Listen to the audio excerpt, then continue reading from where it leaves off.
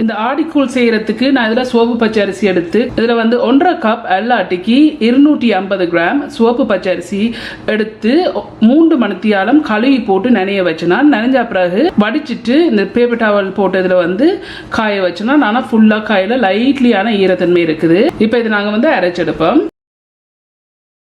இந்த இருக்கு இது நாங்கள் இப்போ அரைச்செடுப்போம். நல்லா பட்டா இந்த இருக்கு இந்த அரிசியை போட்டு நான் நல்லா பட்டை அரைச்சிருக்கிறேன். இதில் வந்து ஒரு பவுல் எடுத்து வச்சு அதுக்கு மேலே வந்து சின்ன கண்ணில் பின்னர வச்சிருக்கிறேன். இருக்கிற மிச்ச அரிசியையும் இதே மாதிரி போட்டு அரைச்செடுப்போம். இருக்கிற எல்லா அரிசியையும் நான் போட்டு அரைச்சிருக்கிறேன். இப்போ இதை அரைச்சி விடுவோம்.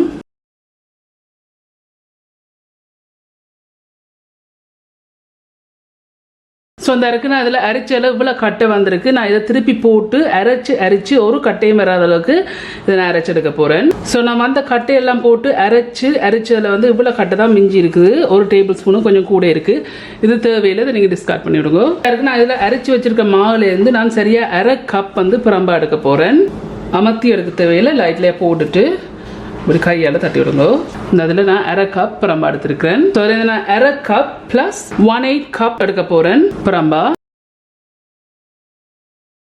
இருக்கு நான் எடுத்து பிரம்பா எடுத்த மாலை வந்து 1/2 கப் ப்ளஸ் 1/8 கப் இருக்குது. எல்லாட்டிக்கு 68 கிராம் வருது. இதை பிரம்பா தூக்கி வைங்கோ. நான் பிரம்பா எடுத்து வச்ச நெல்ல இந்த அரிசி மா 1/2 கப் ப்ளஸ் 1/8 கப் இருக்குது. இதை இதில் போடுங்க. இதில் வந்து சுடுதண்ணி இருக்குது. நான் 2 டேபிள் ஸ்பூன் எடுத்திருக்கேன். கூட விடாயும் கொஞ்சம் கொஞ்சமாக விட்டு இதை குழைச்செடுக்கணும். புட்டு குழைப்பம் இல்லை அதே மாதிரி.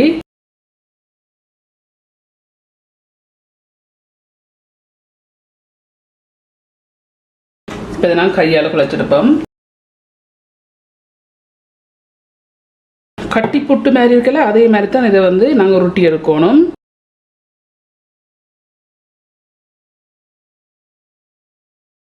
ஸோ மன்னிக்கவும், நான் வந்து இதை நான் உருட்டுற டைம் நான் வந்து கேமரா ஆன் பண்ண மறந்துட்டேன். Extremely sorry. ஸோ நான் என்ன செய்தேன்னு சொன்னால் நான் டோட்டலியாக வந்து 2 டேபிள் ஸ்பூன் தண்ணி சேர்த்துருக்கிறேன். சுடு தண்ணி சேர்த்துட்டு இந்த இப்படி சின்ன சின்னதாக எடுத்து உருட்டி வச்சுருக்கிறேன். இந்த கடிக்கைக்கு வந்து நல்ல டேஸ்ட்டாக இருக்கும் இப்படி உருட்டினீங்கன்னு சொன்னால். இந்த இப்போ இதை நாங்கள் அவிச்செடுப்போம். இப்படி நீங்கள் நேராகவும் போடலாம். ஆனால் நீங்கள் இதை அவிச்செடுத்தீங்கன்னு சொன்னால் கரையாது. நாங்கள் வந்து கூழுக்க போடேக்க. ஸோ அதால் வந்து நான் இதை முதல் அவிக்க போகிறேன். இந்த இப்படி தான் நான் சின்ன சின்னதாக எடுத்து உருட்டி வச்சிருக்கிறேன்.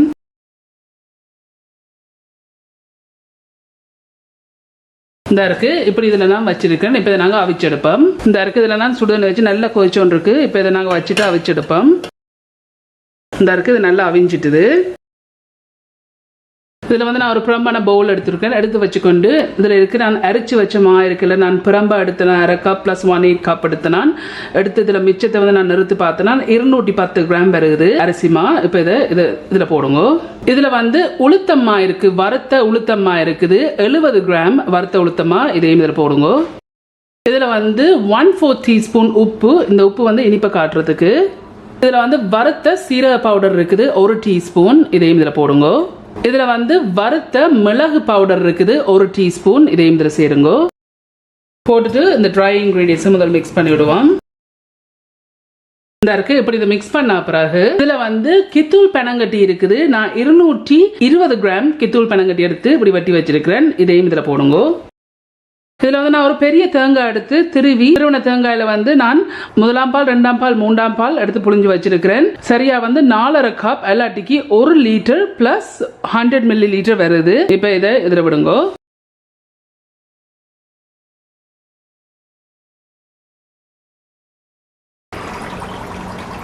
ஒரு கட்டியும் இல்லாமல் இதை நல்லா கரைச்சி விடுங்க.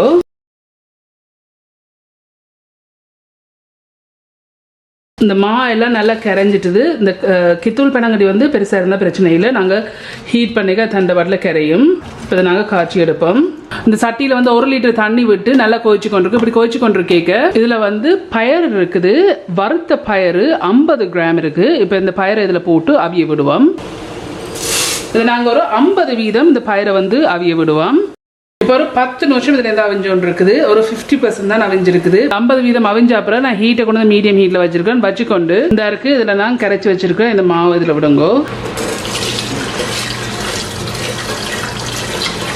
இப்படி கிளறியே விடுங்கோ. எல்லாரையும் டக்குன்னு கட்டி ஆயிரும். கரைச்சி வச்ச நல்லா இந்த டிஷ்ஷுக்குள்ள வந்து ஒரு கப் இல்லாட்டிக்கு 250 ml தண்ணி விட்டு இதை வாஷ் பண்ணியிருக்கேன். நிறைய இதில் விடுங்க.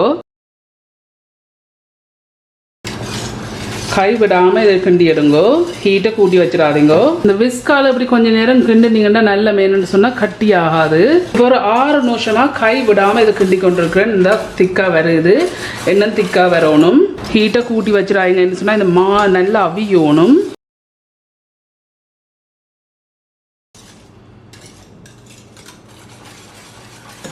இப்போ நான் ஒரு 10 நிமிஷமாக இதுலேருந்து கை விடாமல் கிண்டுறேன். இந்த 10 நிமிஷத்துக்கு பிறகு இதில் வந்து தேங்காய் சொட்டு எடுத்து இப்படி சின்ன சின்ன வெட்டி இருக்கிறேன். 25 கிராம். இப்போ இதையும் இதில் சேருங்க.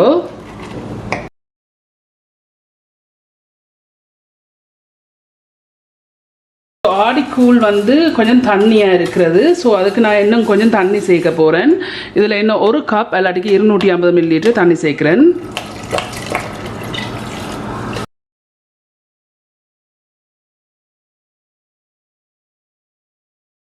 இப்போ ஒரு 15 நிமிஷமாக இதில் இருந்து கிண்டி கொண்டிருக்கிறேன். இந்த 15 நிமிஷத்துக்கு பிறகு இந்த இருக்கு நாங்கள் அவிச்சு வச்ச இந்த புட்டு மாதிரி சேதமில்லை இது இருக்குது. இப்போ இதில் போடுங்க. ஒட்டி இருந்தேன்னு சொன்னால் புறம்பாக்கிட்டு கையால் இப்படி எடுத்து புறம்பாக்கிட்டு போடுங்க. எல்லாத்தையும் ஒட்டி பிடிச்சோன்றிருக்கும். கை விடாமல் கிண்டுங்க.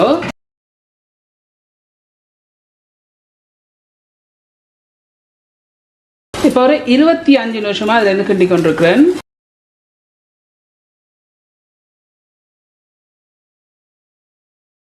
சைடுல வலிச்சு கிண்டுங்க.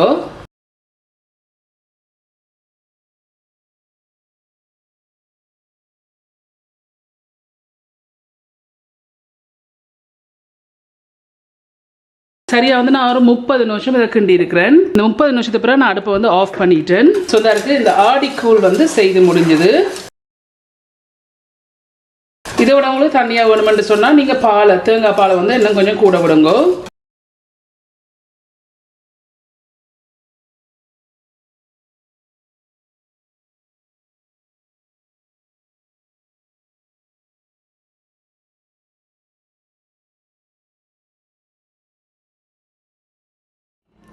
ஸோ இந்த இருக்குது ஃப்ரெண்ட்ஸ், இந்த ஆடிக்கூழ் வந்து செய்து முடிஞ்சுது.